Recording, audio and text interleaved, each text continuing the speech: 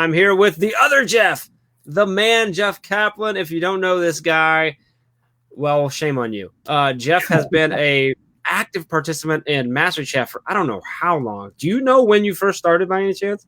It's been a good 3 years. I think you were there within like the first few months, probably. Very early on, and so much so that not this past. It wasn't this past this Christmas, but Christmas before. Your wife, whose name is escaping me right now, Christy.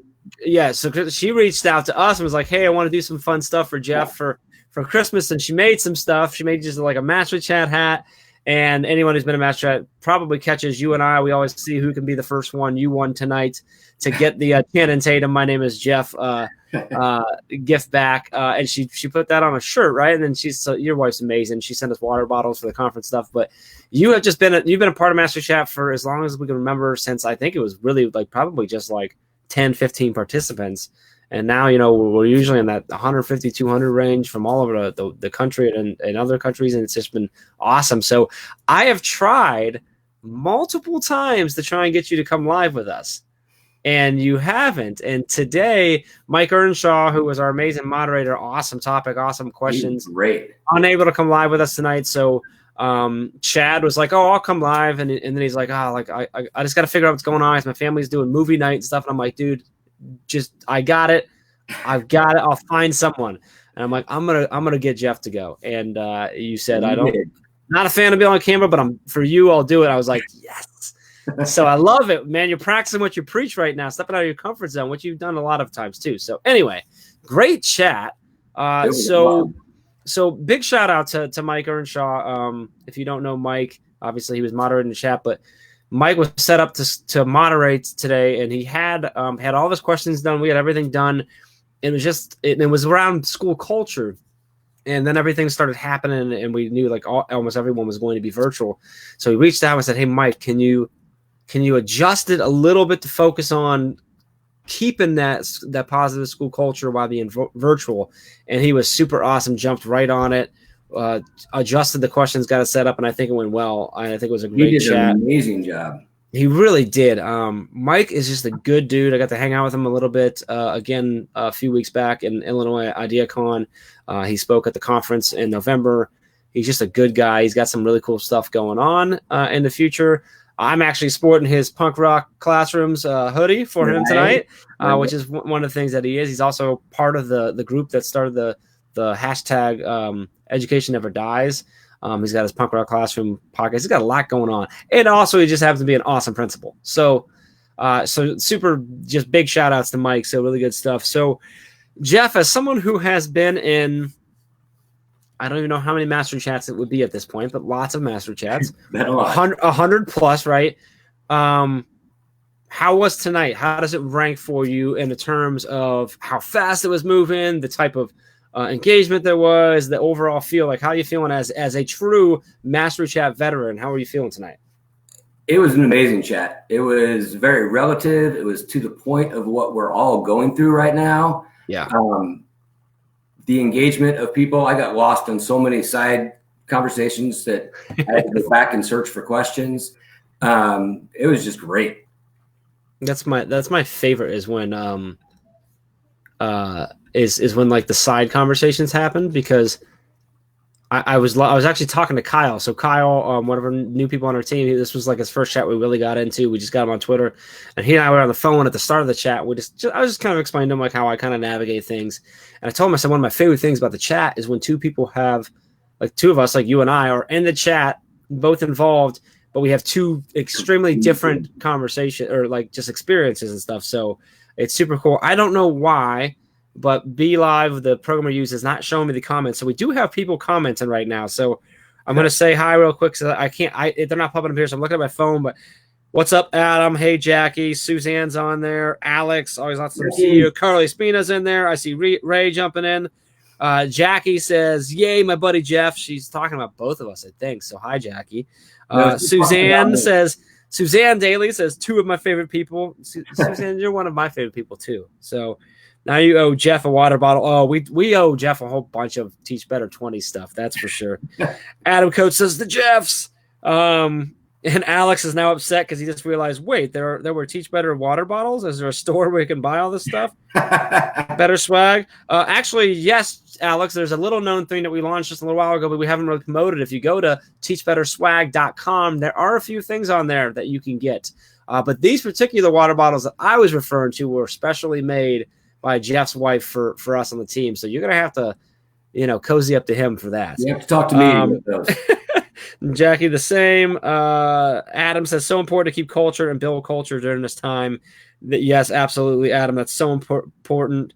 We're going to touch on that again. Carly says, after party, the chat was on fire tonight. And Susanna suggesting that maybe you can bring a full suitcase full this fall. They all want to sport the Teach Better swag. She may have been talking about me. I don't know. We can work that out. Ray is super pumped. So I actually let the team know. I was like, hey, don't worry. I've got it covered. I've got a special guest coming. Of course, Ray's like, who is it? And I'm like, don't worry about it. She's like, who is it? And I'm like, don't worry about it. So she's pumped that it's you. Well, I was on with Ray at 8 this morning. You were on with Ray this morning? I was on with Ray at 8 this morning. She introduced me to Zoom. You got on with her afterwards on the Zoom. Okay. There was a whole crew of you on there. I couldn't jump on. I had meetings I was in, but that was awesome. So tell me about that. What was that all about? Because I'm curious now. Because I didn't talk to Ray today. It's a meeting site that you can go and invite whoever you want to invite, and everyone was excited about it. So Ray just said, "You know what? I'm going to do it." So Zoom is a super powerful tool. What's really cool is you can have up to. Well, if you purchase the one level up, and I think they have some discounts right now for teachers, but you can have up to 100 participants and all on the screen at once, which gets crazy. But I've seen quite a few teachers using it. I think Kevin Butler, I saw that he had his first virtual classroom where he had all of his kids on the big screen, and he went to his classroom, put them all up on the screen. Oh, wow. They're all on there. We're using it for some team stuff.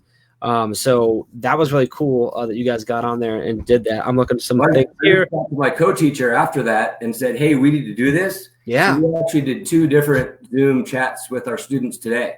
Oh, how'd they go? It was awesome.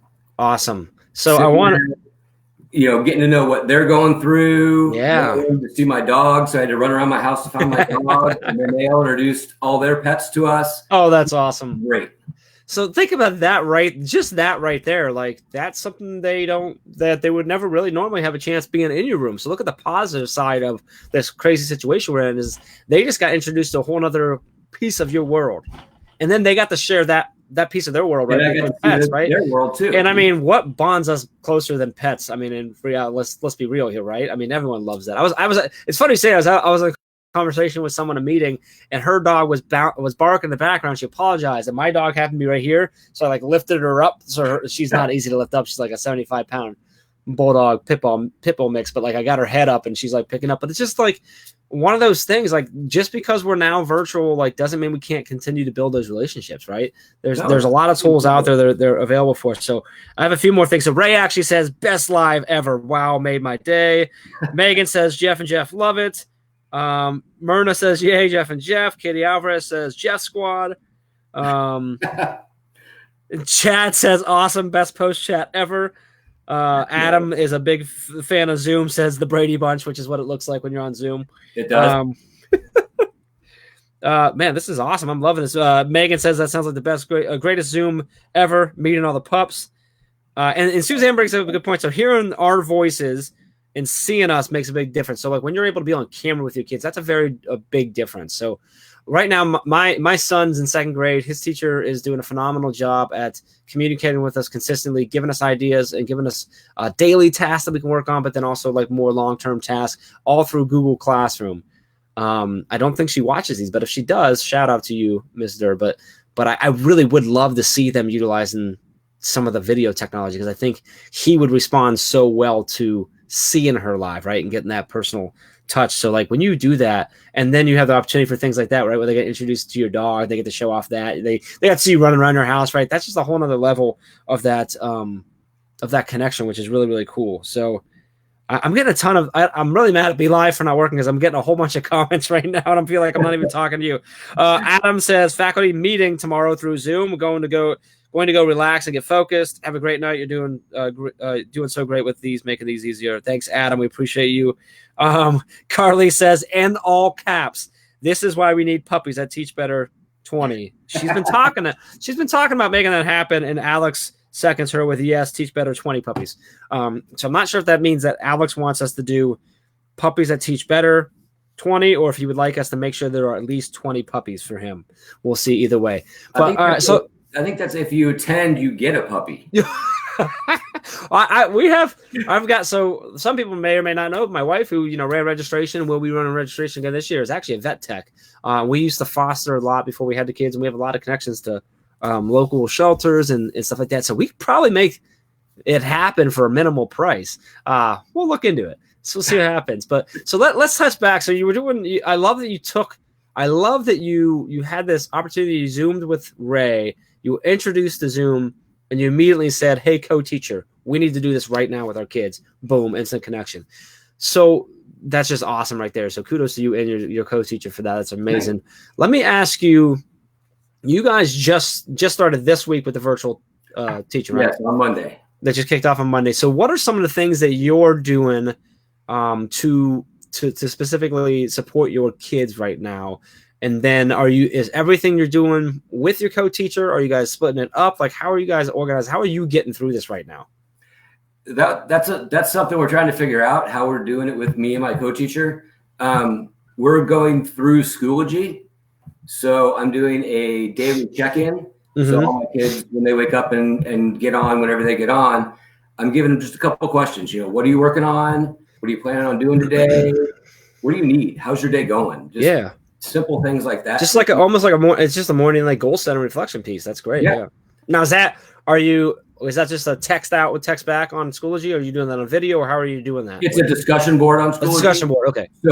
So my students are actually talking to each other as they're doing that. So nice, and then they're able to get in that conversation with them and stuff like that. Okay, great. Yeah, that's really cool. And then we're doing a USA test prep for some of our work to make sure they're checking it after they've done their ones. Okay. With both of those platforms, I can see what they're doing and see their progress and very cool. Coach them on it. You can jump in and coach whenever you need to and stuff. Yeah.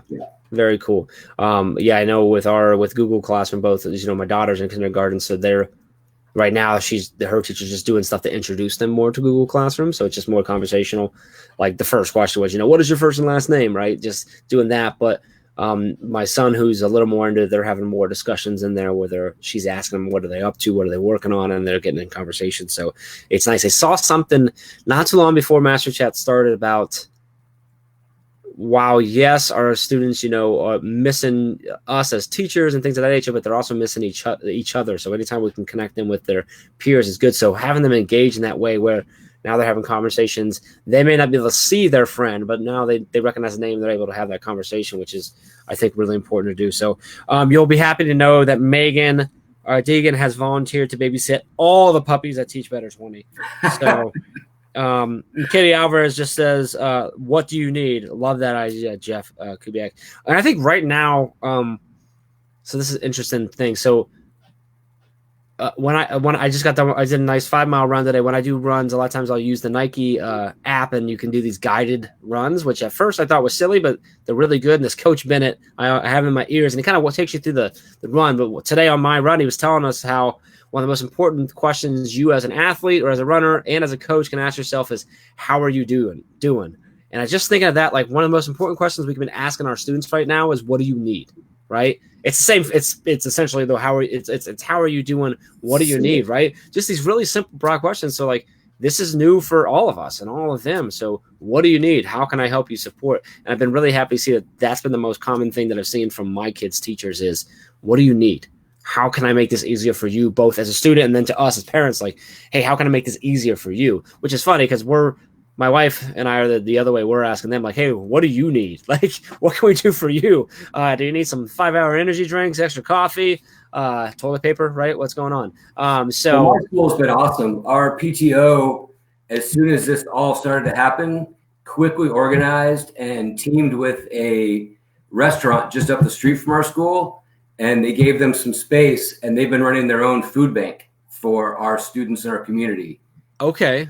And it's all driven by our Sandy Springs community, and it's been amazing. That is super cool. So what a way to bring the community and connect and show that support. That's really cool. So then kids are able to just stop by and get the food and stuff they need there. It's drop off and stop by. I so wanted to help, but I had to be self-quarantined, so I can't go help yet. But yeah, I will after 14 days. 10 more days left. Gotcha. Yeah, so for those of you that didn't catch that, Jeff was on a cruise last week. And thankfully made it off the cruise because so many have gotten stopped. But because he was on a cruise, he is currently in a 14-day self quarantine. So, if you got to, I guess right now is not a bad time to do that since everyone else is trying to do it. So you're kind of forced to. So that's good. So I want to throw this has been a great conversation so far, but we haven't, and we've touched on the topic of the Tonight Chat, but I usually like to try and at least throw a couple questions. So I'm going to throw a question or two at you here. Let me see. Well, I'll ask you this because we kind of touched on it, but this is a really important one. So question number 1 was school culture is everything for students and staff success. Who do you believe is the key player in fostering and maintaining a positive school culture virtually during this time where schools are not in session? So like, who are the most important pieces of that? Right now for me and my students, it's us. It is my students and myself and my co-teacher. We currently have an interim principal who just started last week. Wow. Into that's all up in the air. We think he's great. He sounds like he's an awesome person. I wasn't there last week, but so right now it is me and my students. That's who's creating our culture. And I think that, I think it's really important. I think I hope school leaders are taking it and stuff like that. But right now, honestly, school leaders are probably still focused on and need to be focusing on some of these things like making sure that lunches are taken care of, that kids have a safe place to be, that they're, if they need to have a device, they're getting devices that all these things are operational and that they're doing things. There's my cat. That they're doing things to stay safe and making sure everyone has what they need. I think after that's all established, school leaders can then focus on maintaining that stuff too. So right now it really is. It's got to be. You can't wait for the leaders of the admin to tell you how to keep that culture going. You've got to do it. Your kids better than anyone. And honestly, it'll probably even better than a lot of the teachers that they now have at home, right? Because you spend so much time with them. So it's gotta be at that level. So I'm glad that's where your answer was. So let's throw another one at you. I heard so many different conversations of, what is your admin asking you to do? Are you grading the stuff that you're doing? Are you actually delivering content? I saw so many districts that aren't even delivering content. They're told not to. Some of them, in a lot of states, if you haven't been qualified as a e-learning district, you're not allowed to mandate anything, and which is really crazy and not good at all, in my opinion. But it is what it is. So a lot of them are like that, and a lot of them are just not ready for this. They aren't delivering content. They don't know where to go with it. I think we have a great school system here. I've always been super happy with them, but they're not super progressive, so they're not. I don't think they were very well prepared for this, but they're doing a great job with where they're at. So I can imagine as more for this. No, yeah, exactly. But you're right. I said that wrong. I guess I meant more things like schools who are already fully one-to-one, maybe already practicing blended learning, maybe already practicing and getting into more mastery-based learning or personalized, that type of stuff, I think are better prepared. Maybe not prepared at all yet, but better prepared, if that makes sense, or less not prepared. So I think in some, there's still a lot of school districts that don't have the technology to even support this kind of a environment. Now I know, our school here in Stowe, they have pickups where students can come get if they don't have devices, because not all kids have it at home and stuff. But there are some schools that don't even have the ability to do that, and it's just it's sad that that's the case. But what has been really amazing is watching all of the support amongst teachers all over the country, supporting each other, sharing out so much stuff being shared out right now. It's incredible. That's been really fun to see. I don't know if you recall, Jeff, at the Teach Better 19 conference, when I spoke at the end, one of my things was that what gives us hope is that room, right? Those teachers and these types of teachers. Right now, I'm getting it all over again. Like seeing this, like that's what gives me hope for the future. And I'm like, we're gonna get through this. We'll be fine, because look at this, like the level of support that's out there, and I got you. Here's my lesson plan. Here's what I'm doing. Here's what I'm talking about. I mean, just it's all over the place. And it's been really, really cool to see. Really inspiring to see. So. Yeah, I've gotten requests from all across the country to help out, and Mm-hmm. I'm more than willing to do that. I grew up in Kansas, and Okay. Kansas has already declared that they're The whole year, yeah, the rest of the year. Yep. I have one friend who I went to high school with, and she has a special needs child in second grade, and they're not teaching at all. They're done. Yeah. So she reached out to me and she said, "Can you help my child?" I'm like, "I've never taught second grade, and I'm not sure what the special needs are, but yes, I will be there. Your child is now my student." That's awesome. Like that's awesome, and that's what we're seeing. It's so cool. Because my biggest worry when this started happening is that if this goes the whole year, like there's these gaps that are going to form, and we need to be ready to do everything we can to stop them from forming. And then it's going to change everything in the fall too. We're going to need to address the fact that third graders coming into fourth grade are potentially going to have gaps that they don't typically have, and we can't assume that they're all ready for fourth grade. We're going to have to almost go back and reteach the last bit of third to make sure they get caught up, just in case, because like you said, some of them aren't allowed to deliver content. And those that are maybe aren't delivering as efficiently or whatever it might be, or the kids aren't as ready. And that's my worry. But I stop worrying about that when I see all this stuff going on and I see like that type of thing. Like, I got you, your student's now my student, right? And those things. So super cool there. One of the biggest things we need to prepare for as educators is we're going to have a lot more Title I students in every school because of what's going on with the economy right now. A lot of small businesses, retail, restaurants, they're going to really struggle. Yeah. And they're going to really need our help come next fall. Because that's going to affect everything and bleed into those kids' lives. Yeah, you're absolutely right. That's a great point. So preparing for that mentally, and then also as a team in the school district stuff is really, really important. So great point there. All right, let me throw another question at you, and then I don't want to keep you all night. So let's see. What do I want to throw at you here? Here's my cat again. He just loves being on me. Let me ask you this one. So question 6 was, as an educator, how can you continue to learn, grow, and fail forward during this time? And I think this is a good question because I think so much is just being thrown. You're like, oh, hey, by the way, you now have to figure out how to do this all virtually. Go, right? So how are we, how as an educator, are you there yet? Are you thinking about this yet? Like, okay, I'm getting all this together and focusing on my kids, which should be the most important focus in the first thing. But have you shifted to where you're able to think about, okay, but how am I going to continue my own growth, my own personal health and stuff like that? Are you there yet, or are you still just, I got to take care of these kids and that's where I'm at? A little of both places. Okay. Talking with Ray this morning was like, all right, here's an opportunity for me to grow, for us to be better. Yeah. We, as educators, we have the most amazing opportunity that we've ever had to learn how to be better, teach better. And we have to seize this opportunity. It's there. We all have to figure out this whole new way of teaching digitally, teaching from a distance, whatever term you want to call it. It's on us, and we have to respond. Yeah, I think you said it right. Chad said it the other day during our first drop-in, is that he refuses to see this as anything but an opportunity. He refuses to see the negative. And I think that is a huge thing. And Dave Schmittou was talking about it, I think, this morning. What's that? Chad's pretty smart. He does all right. And then Dave Schmittou, I think, talked about it this morning with Ray about just how we have this opportunity right now, like you said, where you have to try these new things. You have to learn how to do things in order to do your job, right?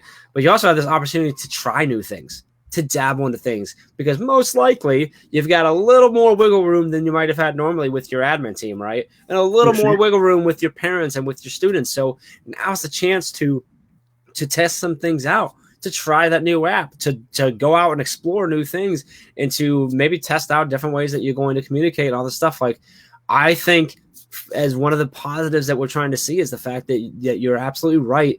The educators that don't let this beat them down and stay positive and push through it are going to come out on the other end just incredibly, but they're not even going to realize how better they are until we get back to normal. And they're like, oh man, now I can integrate all these things that I was doing into my normal day, and I've just enhanced everything. And I think that's super cool, super exciting. So I'm really excited to see as we get out of this thing, what all new things people bring into their classroom and their schools because they had to, and during this time. So it's a super exciting time to be an educator, to learn and be better yourself. Yeah. I've got my basic stuff set up now for my online stuff. Mm-hmm. My kids are set for the next 3 weeks. Now is my opportunity to try new things, fail, and get better at them. That's where I am right now, and I'm excited for it. Is there anything specific right now that you're going to try? It sounds like Zoom, something you're trying right now, and successfully so far. So far. Anything else that was maybe something that you wanted to try but just didn't have the need or the capacity to try it before, that now this presents an opportunity, or anything like that? I've used Flipgrid a little bit before. Okay. But I think this is a great opportunity to use it, and because the way I understand it, I can send out a question or something, and my students can respond, and then I can have them respond to other students. Yeah, so classroom engagement going. Flipgrid is an awesome tool and great for right now. So actually, Megan Deegan just did an awesome 4-part video series tutorial on getting started on Flipgrid. It's Megan Deegan. It's actually on our YouTube channel. So if you go to youtube.com/teachbetterteam, it's on there. And Megan walks through from here's how you set up an account. Here's how you make your first grid, which is, for someone who runs a grid method, it could be confusing, but it's not a grid. It's a Flipgrid grid, right? And then so Megan does it, and she checks in, she drops a video in there for her students every day, so then they can respond. And now she's seeing their faces, and but it's on their own time. Where like a Zoom is awesome for a scheduled time, a scheduled meeting. The Flipgrid, they can jump in and when they want, and then they can engage with each other. It's a really cool thing to put their faces out there for you to see, and for their friends and their classmates to see. So Flipgrid's a great tool. So youtube.com/teachbetterteam. It's one of the playlists right there. It's a Flipgrid tutorial. She does a really nice job. They're just short little 3-minute videos for each piece. So it's really good stuff there. So Joe says 2 Jeffs. Sweet. I just signed up for Flipgrid. Good, Joe. Go check out the YouTube channel. Megan did an awesome job with that. And hi, Joe. Good to see you. So super excited. So all day. What's that? I've been chatting with Joe all day. He's a good dude, man. Just a good dude, always up there to help. He's giving us a whole bunch of likes right now. So it's great. Jeff, really just pumped that you came live with me tonight. Thanks for we've been connected for a long time. I consider you a friend. I got to come see your classroom it's been almost a year ago, right? But last May when my brother graduated. And we've always been on the interaction. It's been awesome. It's awesome. You're out at the conference, stuff like that. Looking forward to October this year. Yes. And super excited to have you here and do this. And I know this was out of your comfort zone, but you're freaking awesome. So you need to do this more for sure. And I think everyone watching will second and third and fourth and fifth that for me. But I do want to just touch real quick before we go. We've kind of referenced to it a few times in this chat so far. But every morning, what we're doing right now, one of the things that we're doing as a team is every morning at 8 a.m. Eastern time, we are going live in our Facebook group. So you can get there from this page here, or just go to teachbettergroup.com, or just search Teach Better Team on Facebook, and the group will pop up. It's free to get in there. It's a great group regardless of anything. Great group to collaborate, to connect with people, to get support, to get a bunch of ideas in there. But what we're doing is every day, Monday through Friday at 8 a.m., we're going live in there. It's either going to be one of us, maybe 2 of us, or we might have some special guests like Dave Schmittou was in there with us, with Ray today. And it's just 100% about you, about support. Anything you need, whether you have questions, you just want to vent, you just want to feel like you're not alone. Well, that's what we've had a lot of people tell us, hey, I just needed a little more of a routine. So my routine is every morning at 8, I get on here and I watch this and I engage, and I'm not alone, and I'm getting ideas, but I'm just feeling like I'm part of that. That's the whole purpose for it. We're going to keep doing them Monday through Friday for as long as everyone needs. What we're doing with those then is also we're taking that video down, we're putting it up on the YouTube channel, we're sharing it also and posting it on the Facebook page. And then we are taking the audio from that and putting it out as a Teach Better Talk bonus episode. So right now, as it stands, because of that, Teach Better Talk is getting 7 episodes a week right now, which is great for Ray because she doesn't have to edit them. No, it's been. Well, I did see a comment someone said about Ray today. Since she was on at 8, she should be getting paid overtime. I know. So that's what I just made a joke on her. But the fact of the matter is that early morning stuff, Ray is managing all of that stuff in the morning, all of those check-ins, and doing such an awesome job. So I know I joke with her a lot, but the level of love I have for Ray and appreciation of everything she does is amazing. She does deserve overtime, although she's not going to get it. We can extend that to all of the Teach Better team. You guys are just amazing. You changed the way I do my job and for the better. I appreciate that, man. It's been amazing. So thank you. I hope you know how much that means to us. And you are one of those people that has been with us in our community since it was like 3 of us, right? And it's grown, and the team, I am so ridiculously fortunate and confused how I've had all these amazing people stick with me on this team and with us. It's super cool. Actually, and I'm going to give her some more props because I feel like I give Ray a hard time, but I have one. So I have a cool job where I get to have a lot of conversation with teachers, but then I also get to have a lot of these like side conversations with sometimes teachers and these people in other industries about business, right? People starting business, trying to grow teams and stuff. And I'm not even joking. A very common question that I get is, so I need you to tell me how you get someone like Ray and then how you keep her around. Like, how do I do that? And I'm like, I don't know. So yeah, shout out to you, Ray. So she's blushing and she hates me right now. But anyway, so we have that going on. One of the things, and then I am going to go, is that we have a brand new course that just came out from Ray as well about virtual teaching, the virtual classrooms. That's over at teachbetteracademy.com. I mentioned the Flipgrid tutorial with Megan. That's at youtube.com/teachbetterteam. Megan's working on some other things and a bunch of stuff she does. She's an amazing teacher and she's just busting her butt right now trying to get resources out. We are also completely shifting the focus of our blogs to be very specific right now. 4 of those come out every week. Caitlin does an amazing job with that, and her and our guest bloggers have been amazing at shifting things around and creating more specific to the time that we're in. So that's continuing on. We still have our Teaching on Island series going on, I believe, right now as well in the group, and then we're doing these lives. So we're just trying to do everything we can to help support everyone. So keep telling us what you need so we can keep trying to do our best to support that. Keep helping each other. Keep reaching out. Keep sharing.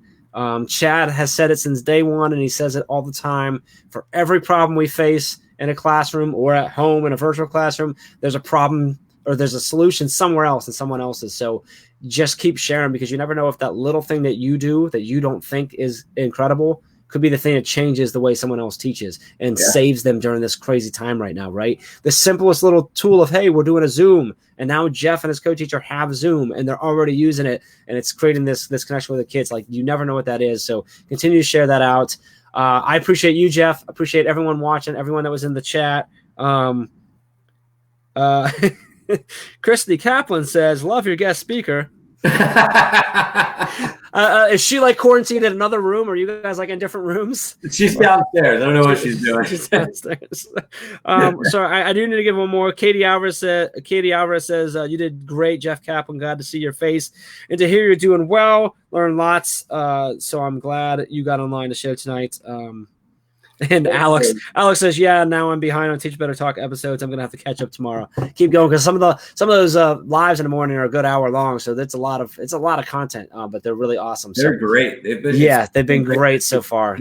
Yes, so been loving that. And we got a lot of stuff coming up too. So stick with us, stick with each other, keep supporting each other. We'll see you next week for Master Chat, back same time, same place, and we'll probably see you tomorrow on the live in the group. So take care, everyone. Stay safe, stay healthy, and keep being awesome.